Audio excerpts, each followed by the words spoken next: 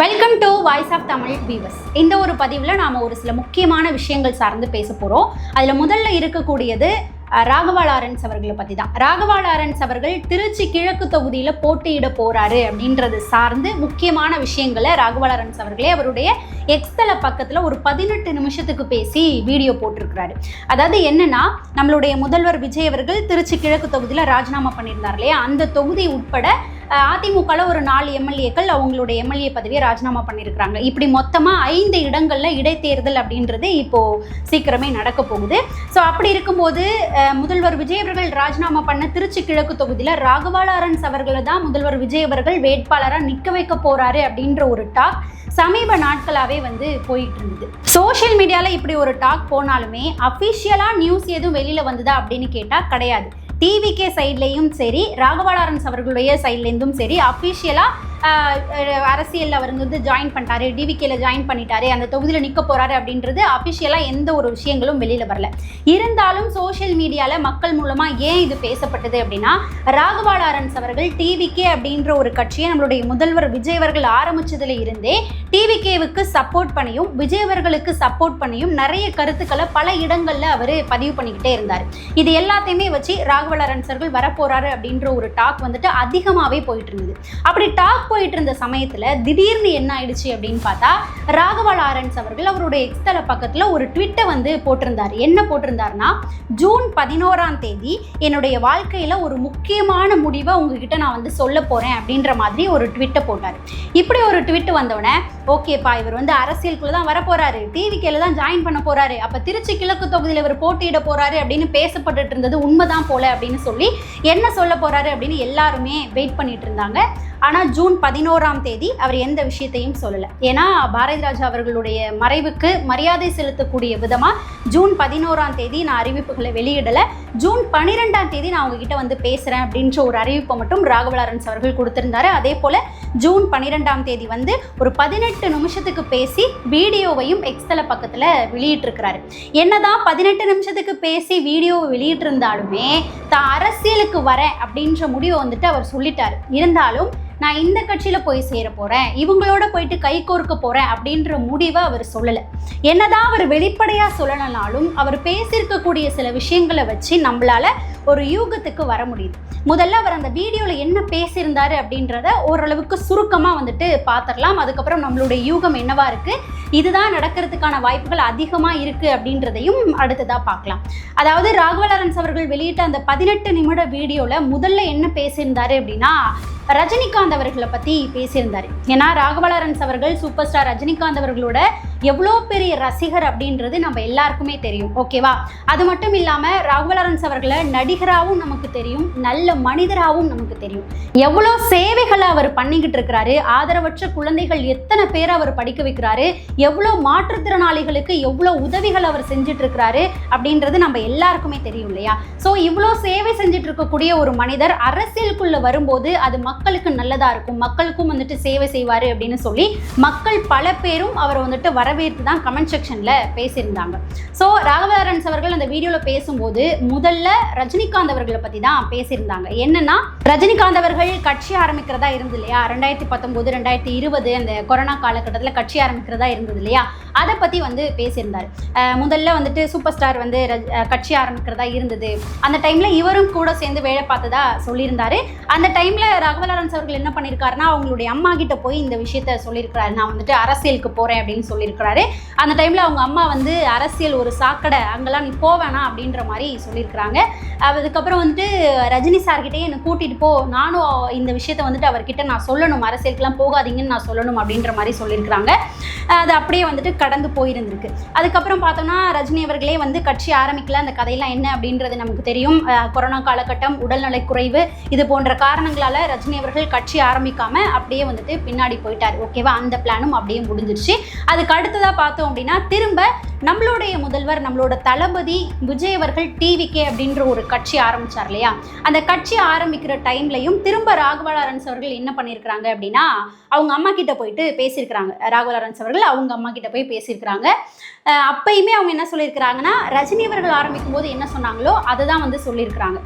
அரசியல் ஒரு சாக்கடைப்பா, அதில் நீ போவேனா, விஜய் அவர்கள்கிட்டையும் பேசணும், சொல்லணும், நீ சொல்லு அப்படின்ற மாதிரி சொல்லியிருக்கிறாங்க.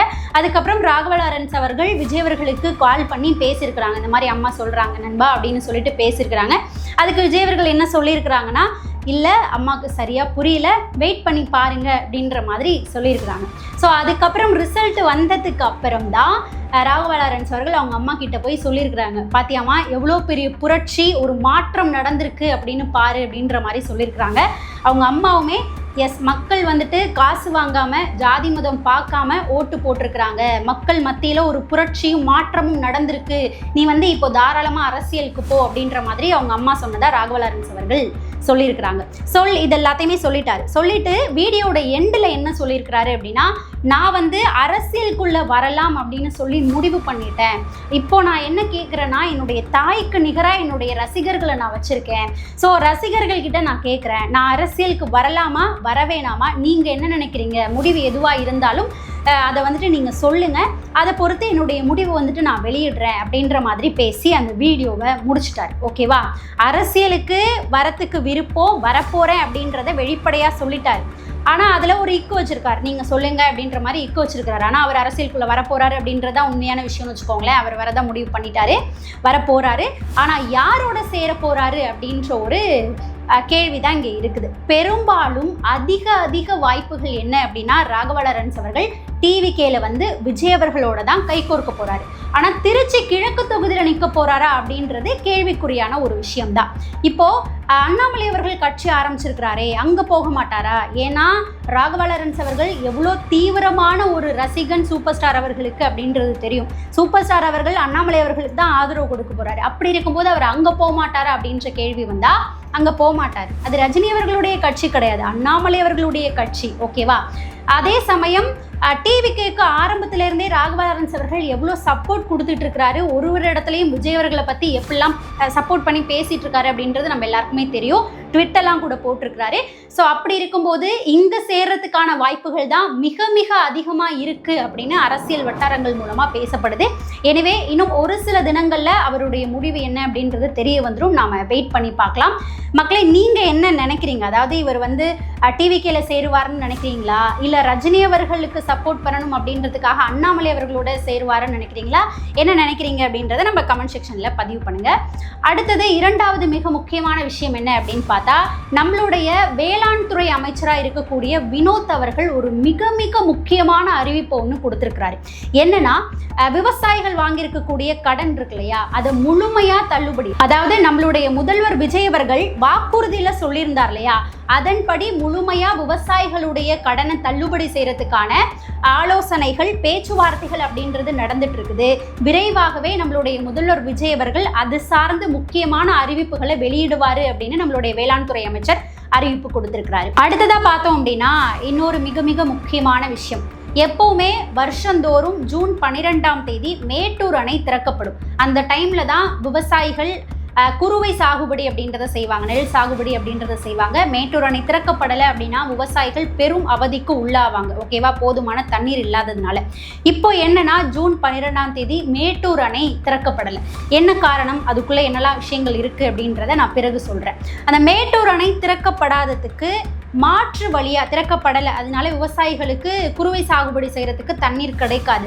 அதுக்கு மாற்று வழி என்ன செய்யலாம் அப்படின்னு யோசிச்சு தான் தமிழக அரசு இப்போ 134 கோடி திட்டம், அதாவது குறுவை சிறப்பு தொகுப்பு அப்படின்ற ஒரு திட்டத்தை வந்துட்டு அறிவிச்சிருக்கிறாங்க. இதுவும் நிரந்தர தீர்வு கிடையாது, தற்காலிகமா இப்போதைக்கு என்ன பண்ணலாம் அப்படின்றத யோசிச்சு தமிழக அரசு இந்த அறிவிப்பை வந்து கொடுத்துருக்குறாங்க. இந்த திட்டத்துல என்ன நடக்கும் அப்படின்னு பார்த்தா, போர்வெல், குழாய் கிணறு வச்சிருக்கிறாங்க இல்லையா, ஸோ அவங்களுக்கு இது ஒரு ப்ளஸ்ஸாக இருக்கும். இந்த திட்டத்தின் மூலமாக என்னென்னலாம் பெனிஃபிட்ஸ், சலுகைகள்லாம் என்னென்னலாம் கொடுக்கப்படுது அப்படின்னா, இந்த போர்வெல் வச்சிருக்கிறாங்க இல்லையா, அவங்களுக்கு ஒரு நாளைக்கு 18 மணி நேரம் தடை இல்லாமல் மின்சாரம் அப்படின்றது வழங்கப்படும் இந்த திட்டத்தின் மூலமாக அப்படின்னு சொல்லியிருக்கிறாங்க.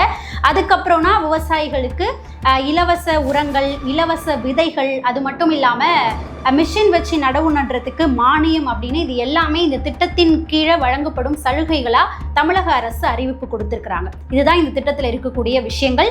இதில் டெல்டா மாவட்டத்துக்கு மட்டும் பார்த்தோம் அப்படின்னா 77 கோடி கிட்ட ஒதுக்கியிருக்கிறாங்க. அந்த 134ல் டெல்டா மாவட்டத்துக்கு மட்டும் 77 கோடி, மற்ற மாவட்டங்களுக்கு 54-55 கோடி கிட்ட ஒதுக்கியிருக்கிறாங்க.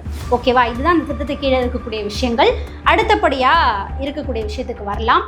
என்னன்னா, வருஷம் மேட்டூர் அணை ஜூன் 12ஆம் தேதி திறந்துருவாங்க குறுவை சாகுபடிக்காக. இப்போ ஏன் திறக்கலை அப்படின்னு பார்த்தா, ஒரு முறையுமே அந்த மேட்டூர் அணை திறக்கப்படணும் அப்படின்னா, இதுக்கு முன்னாடியும் இந்த மாதிரி பிரச்சனைகள் வந்திருக்கு. மேட்டூர் அணை திறக்கப்படாமல் பிரச்சனைகள் வந்து விவசாயிகளுடைய பயிர்கள் நாசமாகி அதுக்கு இழப்பீடு அப்படின்றது இதுக்கு முன்னாடி ஆட்சி காலத்துலையும் நடந்திருக்கு. ஸோ இப்பயுமே வந்துட்டு இந்த மாதிரி நடக்குதுக்கு என்ன ரீசன் அப்படின்னு பார்த்தா, அந்த மேட்டூர் அணை ஒரு முறை திறக்கப்படணும் அப்படின்னு பார்த்தா 90 அடி தண்ணீர் அப்படின்றது மேட்டூர் அணையில் இருக்கணும். அப்படி இருந்தால் தான் அந்த அணை வந்து திறக்கப்படும். அப்படி 90 அடி இல்லாமல் குறைவாக இருந்து திறக்கப்பட்டது அப்படின்னா அடுத்தடுத்து இருக்கக்கூடிய காலங்களில் குடிநீருக்கு வந்துட்டு பஞ்சம் ஏற்படக்கூடிய ஒரு நிலை ஏற்படும். இப்போது அதில் தண்ணீர் எவ்வளோ இருக்குது அப்படின்னு பார்த்தா 79 அடி தான் இருக்குது. இப்படி இருக்கக்கூடிய சூழ்நிலையில் மேட்டூர் அணையை விவசாயத்துக்காக திறந்து விடப்பட்டது அப்படின்னா அடுத்தடுத்து பார்த்தோம்னா குடிநீருக்கு பஞ்சம் ஏற்படக்கூடிய ஒரு நிலை ஏற்படும். அந்த ஒரு காரணத்தினால தமிழக அரசு இப்போ மேட்டூர் அணையை திறந்து விடலை. இருந்தாலும் தண்ணி இல்லாமல் குறுவை சாகுபடியில் விவசாயிகள் பயங்கரமாக அவதிப்படுவாங்க. ஏகப்பட்ட பயிர்கள் நாசமாகக்கூடிய ஒரு நிலை ஏற்படும்.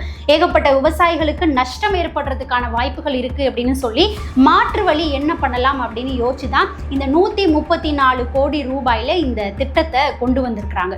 இதில் டெல்டா மாவட்டங்களில் பார்த்தோம் அப்படின்னா எல்லா விவசாயிகள் கிட்டையும் சொந்தமாக அவங்க போர்வெல் போட்டிருப்பாங்களா, குழாய் கிணறு போட்டிருப்பாங்களா அப்படின்னு கேட்டால் கிடையாது. சொந்தமாக போர்வெல் இந்த குழாய் கிணறு போட்டிருக்கிறவங்களுக்கு இது வந்து ப்ளஸ்ஸு. அவங்களுக்கு 18 மணி நேரம் தடையில்லாம் மின்சாரம் கிடைக்குது. அது வந்துட்டு ப்ளஸ்ஸு. ஸோ அவங்க வந்து அவங்களுடைய விவசாயத்தை பார்த்துட்ருப்பாங்க. இப்போது சொந்தமாக போர்வெல் இல்லாதவங்க என்ன பண்ணுவாங்கன்னா, பக்கத்தில் இருக்கிறவங்க கிட்டேருந்து தண்ணீரை காசு கொடுத்து வாங்கி தான் அவங்களுடைய விவசாயத்தை பார்க்க முடியும். ஓகேவா? இதில் போர்வெல் போட்டிருக்கிறவங்களுக்கு ஓகேவா ப்ளஸ்ஸாக போயிட்டுருக்கோம். இந்த சைடு காவிரியோடலேருந்து வரக்கூடிய வாய்க்கால் வழியாக வரக்கூடிய தண்ணீரை மட்டுமே நம்பி இருக்கக்கூடிய விவசாயிகளுக்கு இது மிக மிக ஒரு கவலைக்கிடமாக இருக்கும். காசு கொடுத்தா தண்ணீரை வாங்கி அவங்களுடைய விவசாய நிலத்துக்கு பாய்ச்சக்கூடிய ஒரு நிலையும் ஏற்படும். ஆனால் வேறு வழியும் இப்போதைக்கு கிடையாது. இது ஒரு தற்காலிக தீர்வாக தான் தமிழக அரசு கொடுத்துருக்குறாங்க. அது மட்டும் இல்லாமல் நமக்கு கர்நாடகா கிட்டேருந்து தண்ணீர் வர வேண்டியது இருக்குது. ஓகேவா? அந்த தண்ணீர் வந்துருச்சு அப்படின்னா டேமும் வந்துட்டு நிரம்பிடும். 90 அடிக்கு மேலே வந்துடும். அதுக்கப்புறம் மேட்டூர் அணை திறக்கப்படும். இதில் என்ன ஒரு சிக்கல் அப்படின்னா, கர்நாடகா மாதந்தோறும் கொடுக்கக்கூடிய அந்த மாதாந்திர கணக்குப்படி கொடுக்கக்கூடிய தண்ணீரை வந்துட்டு இன்னும் நமக்கு கொடுக்கல. அதை ஸ்டாப் பண்ணி வச்சுருக்கிறாங்க. அடுத்ததாக காவேரி மேலாண்மை வாரியம் இருக்கிறாங்க இல்லையா, அவங்கள வச்சு சட்டப்படி மாதாந்திர கணக்குப்படி எங்களுக்கு தண்ணீரை கர்நாடகா கொடுக்கணும் அப்படின்னு சொல்லி அந்த முயற்சியில் தான் இப்போ தமிழக அரசு இறங்கியிருக்கிறாங்க.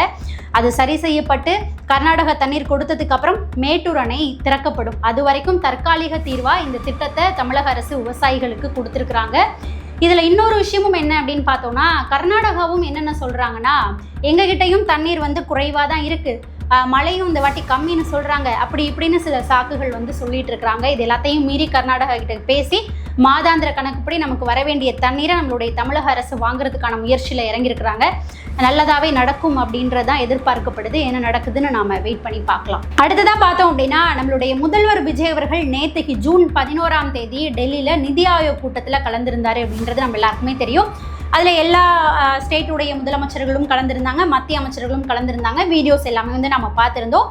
அதில் பிரதமர் மோடி அவர்கள்கிட்ட நம்மளுடைய முதல்வர் விஜய் அவர்கள் நிறைய கோரிக்கைகளை எடுத்து வச்சிருக்காரு.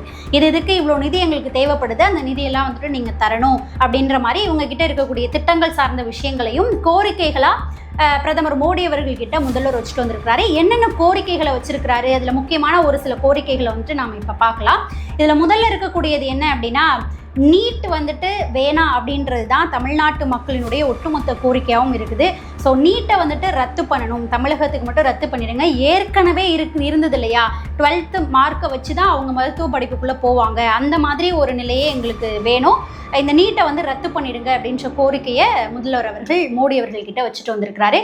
அதுக்கு அடுத்த விஷயம் என்ன அப்படின்னு பார்த்தா, அதாவது தமிழகத்தில் 2வது எய்ம்ஸ் மருத்துவமனை வேணும், அதுவும் கோவையில் எய்ம்ஸ் மருத்துவமனை வேணும் அப்படின்ற கோரிக்கையும் வச்சுட்டு வந்திருக்கிறாரு.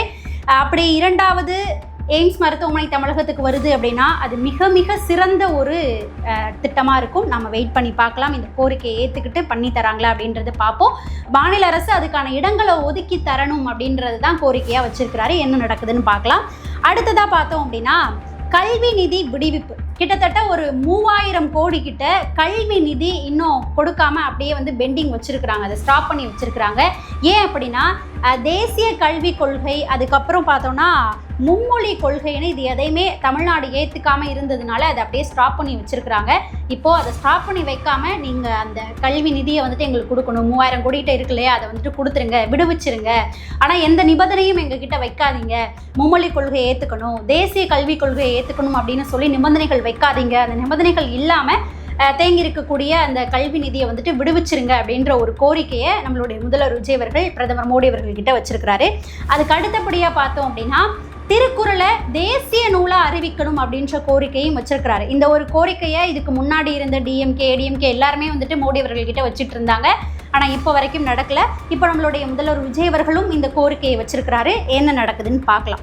அடுத்ததாக பார்த்தோம் அப்படின்னா சாலை திட்டங்கள் சார்ந்த சில கோரிக்கைகளையும் எடுத்து வச்சுட்டு வந்திருக்கிறாரு. அது என்னென்ன கோரிக்கைகள்னு பார்த்தோம்னா செங்கல்பட்டு டு திருச்சி 6 வழி சாலை, திருச்சி டு கரூர் 6 வழி சாலை, கரூர் டு கோயம்புத்தூர் 6 வழி சாலை, மாதாவரம் டு சோழவரம் உயர்மட்ட சாலை அப்படின்னு சொல்லி இந்த திட்டங்களுக்கு ஓகே சொல்லணும் அப்படின்னு சொல்லியும் இது சார்ந்த நிதிகளை ஒதுக்கணும் அப்படின்ற கோரிக்கையும் நம்மளுடைய முதல்வர் விஜய் அவர்கள் வச்சுட்டு வந்திருக்கிறாரு. அதே போல் சென்னையில் இருந்து கன்னியாகுமரி வரைக்கும் அதிவேக ரயில் வழித்தடம் அமைத்து கொடுக்கணும் அப்படின்ற கோரிக்கையும் வச்சிருக்கிறாரு.